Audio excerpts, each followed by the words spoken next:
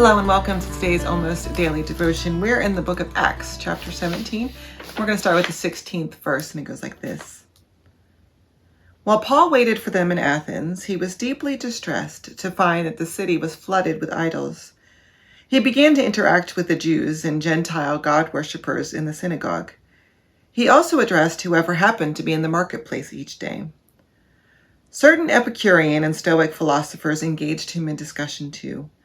Some said, "What an amateur! What is he trying to say?" Others remarked, "He seems to be a proclaimer of foreign gods." They said this because he was preaching the good news about Jesus in the resurrection. They took him into custody and brought him to the council on Mars Hill. "What is this new teaching? Can we learn what you are talking about? You have told us some strange things, and we want to know what they mean." Paul stood up in the middle of the council on Mars Hill and said, "People of Athens, I see that you are very religious in every way. As I was walking through town and carefully observing your objects of worship, I even found an altar with the inscription to an unknown God. What you worship as an unknown, I proclaim to you. God, who made the world and everything in it, is Lord of heaven and earth." Luke does something with Paul here, which is interesting. Luke makes Paul look like he's the best speaker ever. He gets up in the middle of this council. He does this with Peter in Acts too. He gets up in the council on Mars Hill, which we assume is a seat of philosophy, a place where people go to discuss things, to debate the great issues of the day. And he gets up in the middle of it and he talks about the unknown God. And this is the idea that there was a statue in Athens that was dedicated to an unknown God, and it was sort of covering their behinds.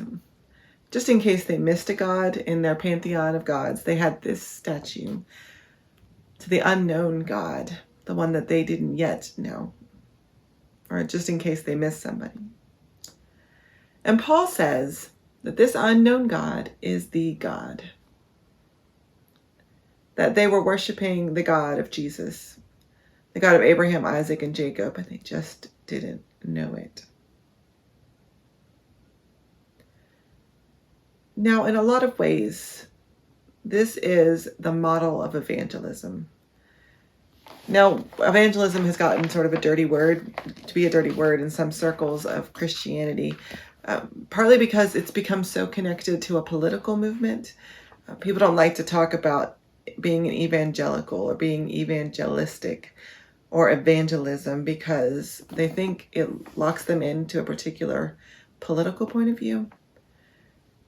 And there's a lot of people who are doing a lot of good writing on the intersection of faith and politics, and I would invite you to look towards them. Tim Alberta did a great piece today about his experience as the son of an evangelist pastor, and his experience in that movement. But evangelism at its core is not about politics, and it's not about attitude, and it's not even about theology. It's about telling people about your faith. And so if you want to use another word for it, that's fine. But basically, it's this act of what Paul is doing here, which is when given the opportunity, contextualizing his faith, saying, "You see this, and this is how I understand what your experience is looking like," or being able to testify about his experience when the opportunity presents itself. It doesn't mean we have to go marching on the street corners with signs, and it doesn't mean that we have to pass out pamphlets or do any of those things. It just means that when someone asks us, we can tell them about our faith. This is why I believe. This is why I go here. This is why my church family is important to me. This is why I think you might benefit. It's about building relationship. And what Paul does here is he listens to their experience, to their existing faith, and he explains how what he knows about God isn't all that different. And we can do that. We can talk about our faith. We can talk about how we've seen God at work in the world. We can be evangelistic. Maybe it's time to reclaim the word.